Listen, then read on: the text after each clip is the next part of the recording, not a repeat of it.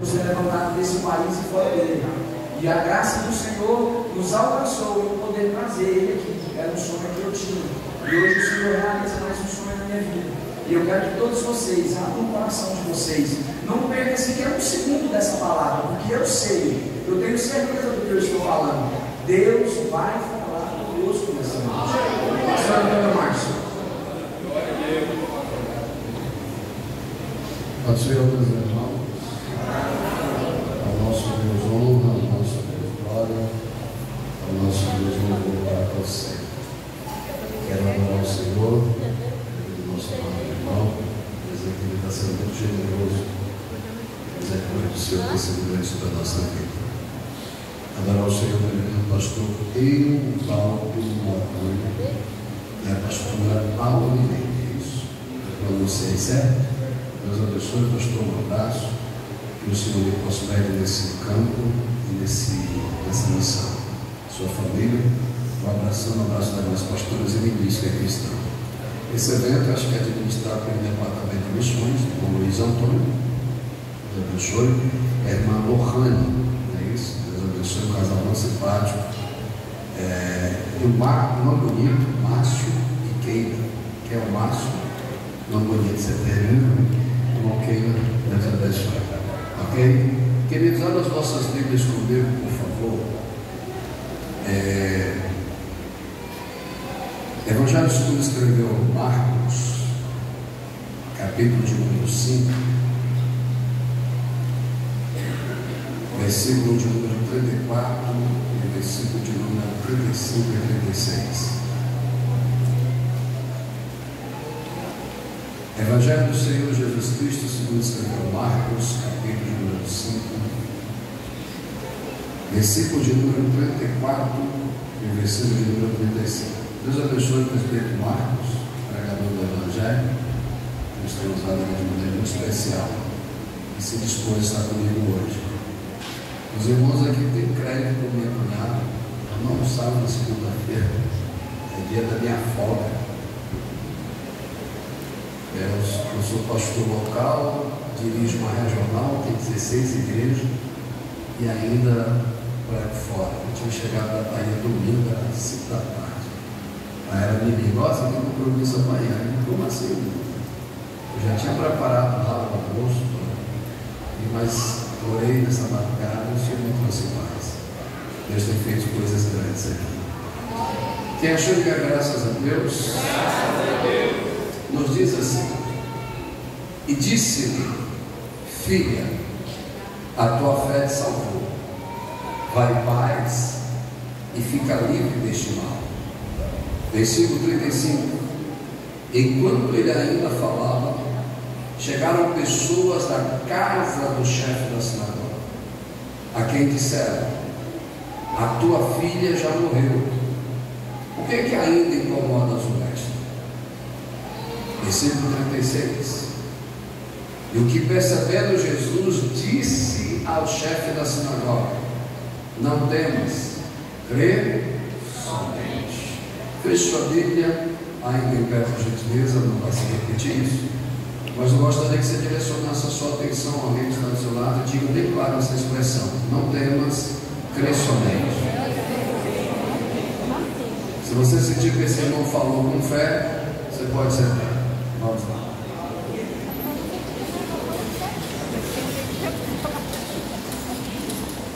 Desde os meus 18 anos, eu tenho uma oração muito particular com Jesus. Eu assumi a vocação e o chamado missionário com 18 anos. E disse: Senhor, me envie aonde o Senhor necessário. E que a palavra que o Senhor colocar no coração não seja a palavra que esteja conforme a necessidade do povo ali está. Confesso aos irmãos que eu estou sendo um pouco confrontado pelo Espírito Santo. Vou sair de minha casa com um tipo de mensagem, extremamente evangelística. Mas ao caminho de cá, o Espírito Santo foi me visitar. E ele falou bem claro: vamos falar sobre fé. E nessa expressão, o texto que lemos ele tem uma particularidade, linda, tem 3 particularidades bem específicas. Gostaria de sua atenção. A primeira é que os 3 evangelhos sinóticos narram a história, tanto em Mateus, como Marcos, como em Lucas. Só que em cada narração é direcionado a um tipo de público e a um tipo de cultura. Primeiro, Mateus, ele escreve especificamente aos judeus. Segundo, João Marcos, sobrinho de Barnabé, pastor auxiliar de Pedro em Roma, escreve especificamente aos romanos. Lucas, que tem detalhes históricos e filosóficos, ele escreve especificamente para a cultura grega. São 3 evangelhos que têm a expressão evangelística, que é anunciar o evangelho da salvação ao povo e à sua cultura. Mateus tem a missão de provar Jesus para os judeus. Por isso que a parte introdutória, gostaria de sua atenção, no capítulo 1 trata sobre a genealogia de Jesus dentro da tribo de Judá e dentro da promessa davídica, pois um judeu não se convertia por milagre ou por eloquência intelectual, mas pelo cumprimento das profecias messiânicas. Marcos, que é a menor literatura da biografia de Jesus, e tem 16 capítulos, mas tem 19 grandes milagres, João Marcos apresenta nas memórias de Pedro Jesus, o Filho de Deus, que tem autoridade sobre a morte, sobre os demônios, sobre a natureza e sobre a vida. Então, um romano não se convertia com profecia messiânica. O romano se convertia com dínamos, poder e autoridade. Então Marcos faz questão de narrar na visão de Pedro que esse Jesus, Filho de Deus, tem extrema autoridade. Lucas, que tem uma particularidade para nós, e você vai entender, que é o chamado o único não judeu, que é de origem gentílica grega, que tem o privilégio de escrever o Novo Testamento, e este prova Jesus para uma cultura cética, antagônica e crítica extremamente, que eram os gregos, mas prova que Jesus fala através de parábolas, e a sua metodologia é tão bela que as pessoas deixaram de ir para o templo e iam para a praia ouvir seu ensinamento. Mas pastor, o que você quer dizer com isso? Porque para cada narrativa, para cada argumentação histórica de detalhes, temos mistérios lindos na Escritura. Mateus vai apresentar a história do milagre da filha de Jairo com alguns detalhes. Primeiro, ele destaca no Evangelho de Mateus, segundo a tradição revista e corrigida, e quando Jairo é apresentado, ele é apresentado pelo seu nome próprio e pela sua função. Diz o chefe da sinagoga. Eu acabei de dizer o que, meus irmãos? Chefe da sinagoga. Ok. Marcos vai dizer o principal. Já Lucas, mais nobre, mais culto e médico, vai dizer o príncipe. Então se destaca o nome e a posição. E existem 2 linhas interpretativas para essa condição de ser chamado pelos judeus de chefe, de ser chamado pelos romanos de principal, e para os gregos ser chamado de príncipe. Uns dizem que ele só tem a chave da sinagoga, é só um diácono, é só um auxiliar. Outra linha diz que é alguém que teve permissão, eu cito o Senhor aqui, do templo, das 72 cadeiras do sinédrio e do sumo sacerdote para poder doutrinar na sinagoga. Segundo, ele recebe a permissão dos romanos para poder ensinar. Então não é alguém que é de nível baixo ou alguém de pouca influência. É alguém que recebe 3 poderes. Quantos poderes? 3.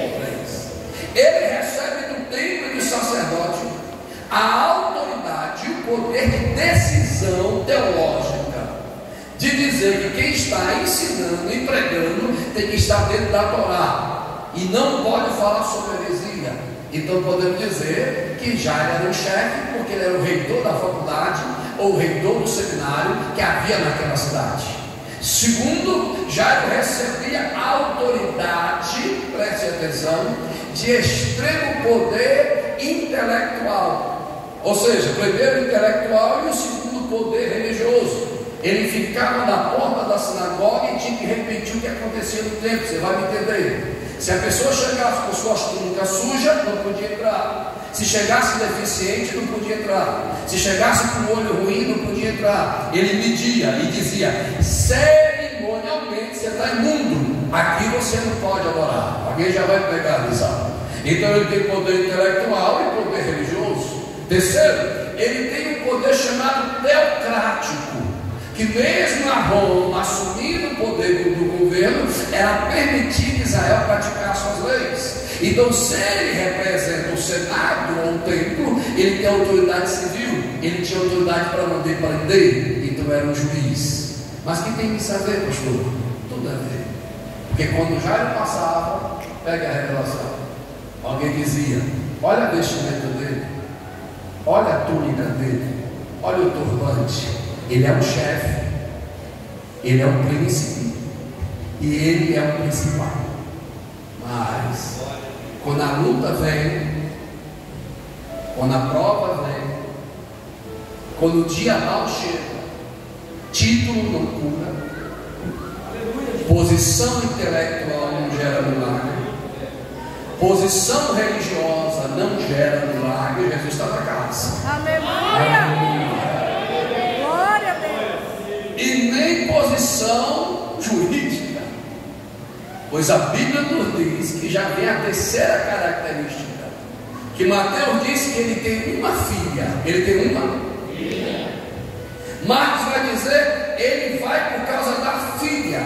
Mas Lucas dá a característica, ele tem uma filha de 12 anos, e a Bíblia diz, única. Se é única, ele entra no teste da sinagoga, desde a revolução dos Macabeus, que só poderia ser chefe da sinagoga quem tinha mais de 60 anos, tempo de maturidade. Só podia ser chefe da sinagoga quem fosse doutor em divindade.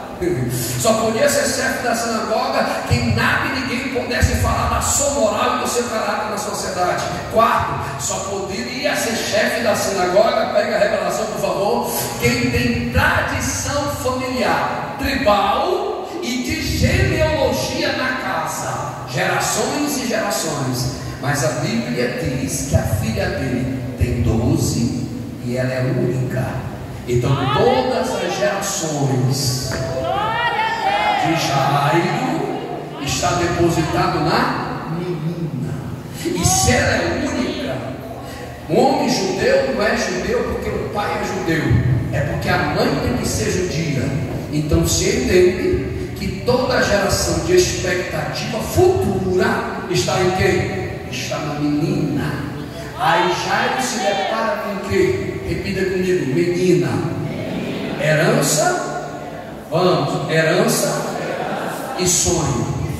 Então a menina é um projeto. E todos os testes que se diz filha única, já está com a idade avançada e não pode ter outros filhos. Então a expectativa é que a menina cresça, case e dê continuidade ao poder adquirido que recebeu a família. Mas o juiz Jairo, alguém está no culto? O chefe Jairo, o príncipe Jairo, acorde por favor, se depara com o quê?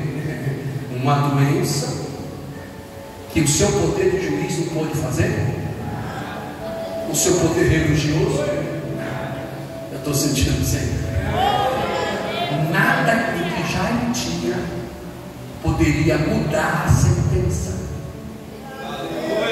Porque o homem pode ter a fazenda que for, mas 1000 cabeças de gado não cura câncer.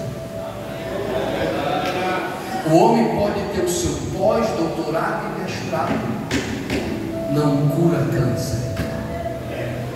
O homem pode ter 40 anos de fé religiosa, pode ter integridade, mas integridade não livrou Jó da prova. Só tem uma coisa a fazer. Lá vem Jairo, chefe da sinagoga, e o Sinédrio já tinha julgado Jesus. Não pode vir nada bom de Nazaré. É falso profeta, é Deus e burro. Mas porém, as notícias corriam.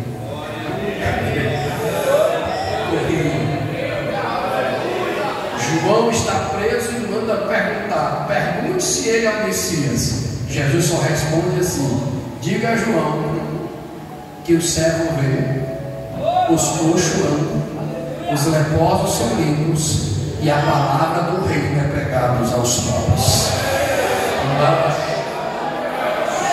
Pastor, qual é a sua mensagem? O Espírito do Senhor me possui com todo o temor a mim, para perguntar a você e a mim: que tipo de fé eu tenho? E que tipo de fé é a sua? Como assim, pastor? Sou assembleano, estou na Assembleia de Deus. Escute, de uma visão antropológica, todo ser humano, indiferente da etnia, ele tem uma crença. Até o ateu tem uma fé, porque ele tem que acreditar que Deus não existe. A fé é algo notório, desde as emoções primárias. Ele tem que confiar em alguma coisa, ele tem que controlar alguma coisa. Me lembro de papai, será que tem nordestino aqui, levantando às 5 da manhã, olhando para a mamãe e dizendo: ô minha filha, eu vou para o trabalho e vou voltar às 5 da tarde. Prepara aquele cuscuz com jabá e café que eu quero comer à tarde. Ele está falando de manhã de algo que vai acontecer. Ele está dando uma certeza. Então a primeira fé que se manifesta no homem é fé natural. E fé natural, vou lhe fazer uma pergunta, e o povo goiano é educado. A fé natural cura? A força do homem cura? O controle do homem cura? De maneira nenhuma. Deus não dará a sua glória a braço de homem nenhum. Então o Espírito Santo está mandando dizer para alguém: pare de depender dos homens, aquilo que o Senhor Jesus pode fazer. Pare de buscar em homens aquilo que só Jesus pode fazer. Pare de depender. Oh, eu sinto o Senhor nessa casa. Mas tem a segunda manifestação de fé, que nós já chamamos da antropologia bíblica: a necessidade de crença, a necessidade do rito, a necessidade de quê? Do dogma, da tradição. Ou seja, a fé religiosa é a fé cultural. Ele nem decidiu o que crer, simplesmente nasceu. O avô passou para ele, passou para o pai passou para ele, foi crescendo ali, vivendo ali. Fé dogmáticas, passa 6 dias longe da fé e no domingo lembra de Deus. Mas se você vai dar glória ou não, é problema seu. Mas vamos lá. Mas o Salmo 115 na nossa tradução, e no Salmo 113 da Bíblia de Jerusalém, da editora Paulo, de ordem católica, vai dizer assim: as nações perguntam, oh glória, aonde está o nosso? E o nosso Deus está no? E os deuses deles têm olhos? O mundo aqui, frequente escola bíblica dominical? Então vamos lá: tem olhos? Tem ouvidos? Eita, tem mão? Tem pés? Ei, som nenhum sai da sua garganta. E sejam semelhantes a eles, a que neles confiam. Fé religiosa é para massagear o ego do homem. Eu tenho uma crença, mas a pergunta é: a religião que faz milagre? Não. Qual é a sua fé? Qual é a sua verdade? Qual é a verdade que você está crendo? Aí vem a Bíblia. Eu estou sentindo o Senhor. Capítulo 11 da carta aos Hebreus, versículo 1. Ora, a fé é o firme fundamento das coisas que não se vê e a certeza das coisas que se esperam. Mas eu gosto, Marcos, da King James, da tradução inglesa, que sai do grego para o britânico, que vai dizer: ora, a fé é certeza do que eu estou querendo ver, e a fé é a prova da coisa que vai acontecer. Não entendi. Se eu creio, eu não preciso arrepiar. Se eu creio, eu não preciso sentir. Se eu creio, eu tenho que crer e vai acontecer. Tem alguém no culto? Tem alguém no culto? Verdadeira fé. Verdadeira? Qual é a verdadeira fé?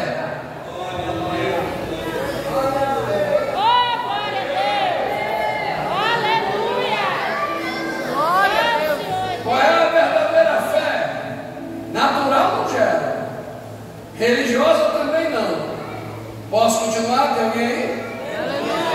Qual é a verdadeira fé? Aí ele vem no capítulo 11 e começa a dizer: pela fé acreditamos que os mundos são criados, e pela fé nos aproximamos de Deus. Segundo a fé espírita, eu tenho que evoluir de encarnação em encarnação para me aproximar do Criador. Segundo a fé budista, alguém está aqui? Eu tenho que ter evolução de karma no mantra para poder evoluir. Segundo a fé católica apostólica romana, eu tenho que crer no sacrifício de Jesus, porém Maria é minha intercessora, e depois de morrer eu tenho que ir para o purgatório, e no purgatório o sangue vai me purificar, e da intercessão dos vivos pela vela acesa, pela romaria, eu posso um dia ser salvo. Mas a Bíblia está dizendo, oh glória, os islâmicos diz que guarde a fé e a guerra da fé, guarde a fé santa para que poder se aproximar do Criador. Não, mas a minha Bíblia me diz, e se tu não vai dar o glória ou não, é você, Jesus. Mas a Bíblia nos diz que esse cearense de 1,66 m e pelo calçado, pecador, filho de uma avó, neto de um avô analfabeto, de um pai semi-analfabeto, e até os 17 anos analfabeto, morador de uma favela chamada Inferninho, não sabia ler nem escrever, alcoólatra com 17 anos, e segundo a lógica de Freud, eu deveria viver assim de Édipo e herdar a imagem de pai e mãe. Segundo a lógica de Lacan, eu deveria ser o reflexo comportamental do meio. Mas segundo a lógica do Evangelho, oh glória, aquele que tem fé se aproxima de Deus. Alguém está entendendo? Alguém está no culto? Ou seja, não é o que eu tenho, não é meu mérito, não é minha qualidade, mas confiar no seu amor incondicional me faz me aproximar dele. Tem que lembrar de Deus essa noite aqui. Levante as duas mãos ao céu, só quem deseja.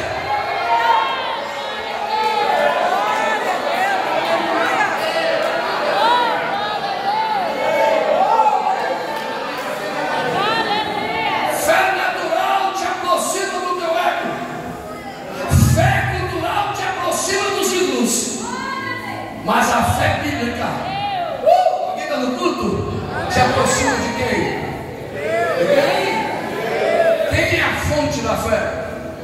Quem é o sustentador da fé? Eu gosto de pregar no Goiás, sem demagogia, porque os crentes do Goiás passam 30 minutos nos ouvindo, não reage para nada, mas na hora que a palavra encaixa, ele percebe que é Deus, o coração aquece, a lágrima cai no canto e ele começa a glorificar. Eu estou sentindo, há milagre na casa, vai ter culto de ação de graça na vida de alguém. Aí eu amo a didática de ensino da carta aos Hebreus. Ele dá o tema no versículo 1, ele desenvolve o raciocínio no versículo 5, e ele começa a dar exemplos de aplicação. Pela fé, Abraão venceu porque era forte. É isso que está escrito? Abraão venceu pelo quê? Por causa? Estou tipo por quê? A dentadura está solta? O que está vendo aí? Abraão venceu por causa lá? Sara venceu por causa lá? Davi venceu por causa lá? Moisés venceu por causa lá? Nenhum momento tem mérito, tem força, só tem dependência. Ter fé é confiar no que se vê, que não se vê, e é esperar de quem pode dar a você. Quem pode? E ele não conclui, meu amado pastor, no capítulo 11, eu gosto de Bíblia. Ele vai trazer a dissertação e a conclusão no capítulo 12, versículo 2. Aí, meu irmão, meu coração chega, acelerou, quando vai dizer assim: olhar para o autor e o consumador da vossa. Quem é o autor? Quem é o autor? Jesus. Quem é o consumador? A quem eu tenho que olhar? Para quem tem que ouvir? Então vamos combinar no meu Ceará, deixar de ser abestados. Porque se você se decepciona na fé, porque alguém que diz que tem fé te decepciona, a tua fé nunca foi medida. Alguém está aí? Tem gente aqui que conhece a verdade, foi ensinado na verdade, mas tem perdido a sua fé, porque você depositou em homens. O Senhor está te convidando, volta ao teu primeiro amor e olha para o autor e consumador da vossa fé. Vamos ver se nós estamos no mesmo raciocínio. primeira fé, fé natural, ela gera salvação? Segunda fé, a fé cultural, ela gera salvação? Terceira fé, a fé bíblica em Cristo Jesus, ela gera salvação? Sim. E através da salvação, milagres. Abre um sorriso aí que vocês estão me dando medo. Vocês não confessam. Vamos, irmão, deixa de ignorância, bicho bruto. Eita, pega na mão de alguém, por favor, dá aquela balançada pentecostal. Diga, se você tem a fé bíblica, você vai ser testado. E a geração dos crentes na pós-modernidade gosta do imediatismo. E pensa que o milagre é como se fosse aquela lenda do gênio da lâmpada. Eu vou esfregar aqui um anjo e o gênio vai sair, eu vou fazer 3 pedidos. Tem gente que quer fazer da fé como se fosse um celular. Vou passando, não gostei, né? Vai passando. Diz Tomás de Aquino que Deus é extremamente pedagógico para nos fazer crescer na fé. E antes de você me refutar, olha o meu argumento. Tem hora que Jesus diz assim: homens de pequena fé. E tem texto que Jesus vai dizer: mulher, grande é a tua fé. Então se tem pequena, então se tem pequena, ela pode se tornar grande. E para se tornar grande, tem que ter um processo. Qual é a sua mensagem, pastor Antônio Márcio?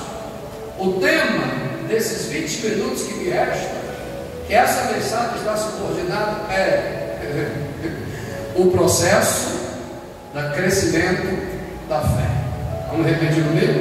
O processo do crescimento da fé. Eu tenho Jesus, mas isso não quer dizer que a minha fé está grande. Eu conheço Jesus, mas não quer dizer que eu tenho intimidade. Voltamos para o texto. Lembra da introdução? Chefe, príncipe e principal. Era um homem que tinha um título de alguém que tem fé.